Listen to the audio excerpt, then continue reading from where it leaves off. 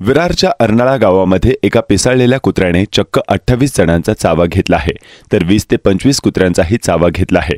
त्या कुत्र्याला जर रेबीजची लागण झाली असेल तर मात्र या विरारच्या अर्नाळा गावात मोठं संकट येऊ शकतं। सध्या तरी येथील जवळच्या जिल्हा परिषद रुग्णालयात रेबीजची लस नसल्याने ग्रामस्थांना दुसऱ्या दवाखान्यात जावं लागतंय। विरारच्या अर्नाळा गावात शनिवारी 10 ऑगस्ट रोजी एका पिसाळलेल्या कुत्र्याने 28 जणांना हल्ला करून त्यांचे लचकेच तोडलेले आहेत। लहानांपासून मोठ्यांवरही या पिसाळलेल्या कुत्र्याने चावा घेतलाय। अर्नाळा गावातील विपुल निजाई या 27 वर्षाच्या तरुणाची बुधवारी पोलीस भरतीची लेखी परीक्षा आहे, मात्र सध्या त्याच्याही पायाचं मांसच या पिसाळलेल्या कुत्र्याने तोडलं आहे, त्यामुळे त्याला धड चालताही येत नाही। त्याचबरोबर गावातील 10 वर्षांचा निनाद डावळेकर, 40 वर्षांचा केवल वैद्य आणि 67 वर्षांच्या शकुंतला मोरे यांच्याबरोबरच एकूण 28 जणांवर या पिसाळलेल्या कुत्र्याने हल्ला केलाय। कुत्र्याच्या या हल्ल्यात लहानापासून मोठेही जखमी झालेत। या कुत्र्याने मांस तोडलं असल्याने जखमावर टाकेही मारू शकत नाही एवढ्या गंभीर जखमा झाल्या आहेत। सध्या ग्रामपंचायती जवळच्या रुग्णालयात लस उपलब्ध नसल्याने काही जणांना इतर रुग्णालयांचा सहारा घ्यावा लागतोय।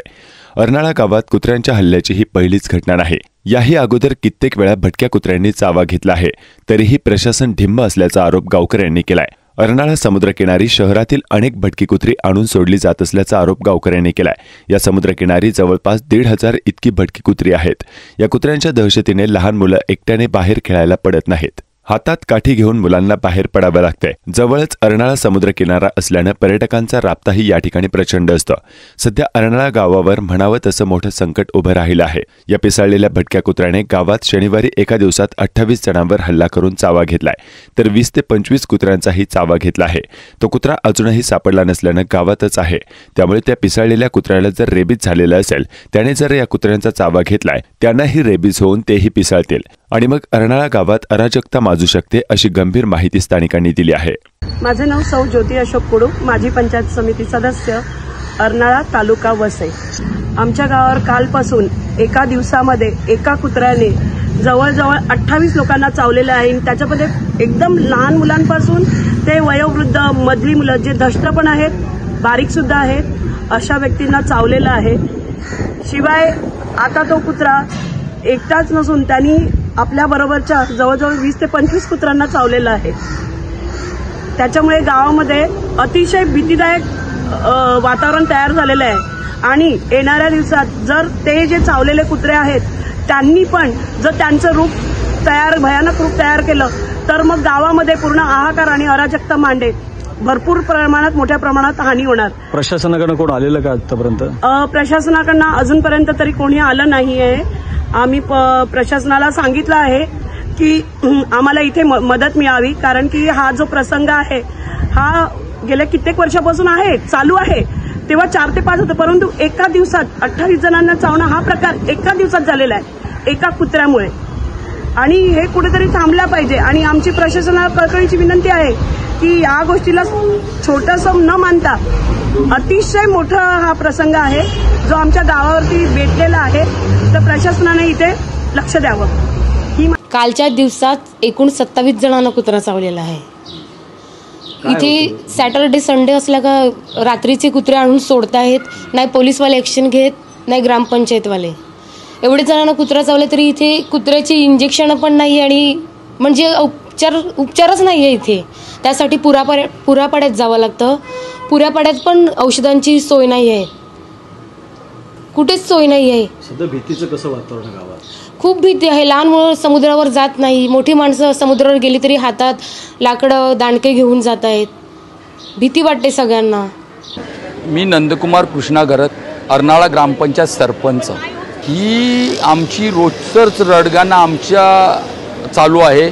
आमच्या अर्नाळ्यामध्ये भरपूर म्हणजे 1,500 कुत्र्यांच्या वरती भटकी कुत्री आहेत। आम्ही वारंवार हा जो पाठपुरावा आहे हा पंचायत समिती, जिल्हा परिषद अशा ठिकाणी पशु वैद्यकीय यांच्याकडे करत आहोत, पण कालची दुर्घटना ही अशी दुर्घटना आमच्या अर्नाळ्यामध्ये घडली की संपूर्ण अर्नाळा हादरून गेलेला आहे।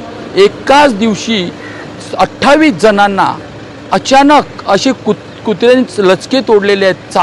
चावणं आणि लचकं तोडणं असा वेगळा प्रकार आहे। लचके तोडल्यात, काही टाके पण घेता येत नाही अशी परिस्थिती आली। त्याच्यात आमच्या वैद्यकीय याच्यात इंजेक्शन कमी पडली आणि नालासोपारा वसईमधून इंजेक्शन मागवावी लागली. त्या लोकांचे हाल झाले. त्याच्यात उद्रेक असा आहे का लोकांचा एवढा उद्रेक आहे का लवकरात लवकर त्या कुत्र्यांचा बंदोबस्त करावा ही ग्रामपंचायत सर्व ठिकाणी मागणी करत आहेत. आणि लोकांच्या समोर जाणं आम्हाला सुद्धा शक्य नव्हतं, पण आम्ही एक शब्द देतोय त्यांना का लवकरात लवकर आम्ही कसा अर्नाळ्यात कुत्र्यांचा बंदोबस्त करू. ते कुत्रे कुठून येतात आणि इंजेक्शनचा तुटवडा कसा काय पडला? कुत्रे हे बाहेरून सोसायट्यामधून सोडले जातात असं आमच्या स्थानिक नागरिकांचं मत आहे. सोसायट्यांचे कुत्रे एखाद्या स्वतःचे पाळीव कुत्रे या अर्नाळ्यात शेवटचं टोक अर्नाळ समुद्रकिनारे असल्यामुळे पुढे यांना चान्स नाही. हे विरार वसईपासून कुत्रे इथे आणून सोडतात, असं रात्री बेरात्री सोडतात. लोकांच्या तक्रारी होत्या, पण त्याच्यात कसं रात्री कितीला येतात कितीला नाही ते आम्हाला माहिती नसल्यामुळे आम्ही पण त्याच्यावर एवढं काही केलं नाही. पण आमचा पाठपुरावा चालू आहे. त्याची नसबंदी कशी करायची हे शासकीय पशुवैद्यकीय अधिकारी आमच्याजवळ येऊन सांगितलेलं आहे. जर लवकरात लवकर जर ह्याचा बंदोबस्त झाला तर अर्नाळ्याचं मोठं संकट आज आलेलं आहे. कसा तुटवडा होता, काय मागणी करणार आहे? आता आम्ही स्वतः पंचायत समितीजवळ आप्पांजवळ आमचे आमदार हितेंद्रजी ठाकूर यांच्याकडे मी आता जाऊन घरानं घालणार आहे का बाबा आपा हे थोडंसं जाम झालेलं आहे, इंजेक्शन मिळत नाहीत ना, असं दुर्लक्ष झालेलं आहे आमच्या अर्नाळ्यावर. तर ते लवकरात लवकर तुम्ही पाठपुरावा करून आम्हाला ते जास्तीत जास्त लवकरात लवकर देण्याची कृपा करावी हे आप्पांजवळ मी सांगणार आहे ना. आपा करतीलच ही आम्हाला गॅरंटी आहे, कारण त्यांच्या फोनवर एका फोनवर काय पण शक्य आहे. आई नाव काय तुमचं? लक्ष्मी. काय काय झालं सांगा. माझा मुलगा अभ्यास करायला गेला होता, तिथून येत होता तो त्याला माहीत नाही कुत्रा चावते ते. त्याला अटॅक केला. तो खाली पारला ना तो पार झुमला तो सुटतच नाही. तो पार बसूनच राहिला तिथे. त्याने लाता मारल्या 2, तेव्हा सोडलं. मग तो उठून त्याला दुसऱ्या मुलाने घरी घेऊन आले. 3 दवाखान्यात फिरवला त्याला. ते इंजेक्शन भेटतच नाही इथे. इकडे जा तिकडे जा. रक्त खूप गेलं माझ्या मुलाचं. 2 वर्ष झाले माझा मुलगा मेहनत करते. कशासाठी मेहनत करतो? पोलीस भरतीसाठी. त्या दिवशी पण तो कुठे गेलेला? तो रायबरेलीमध्ये अभ्यास करायला गेलेला. आता कधी आहे एक्झाम त्याची? आता बुधवारी.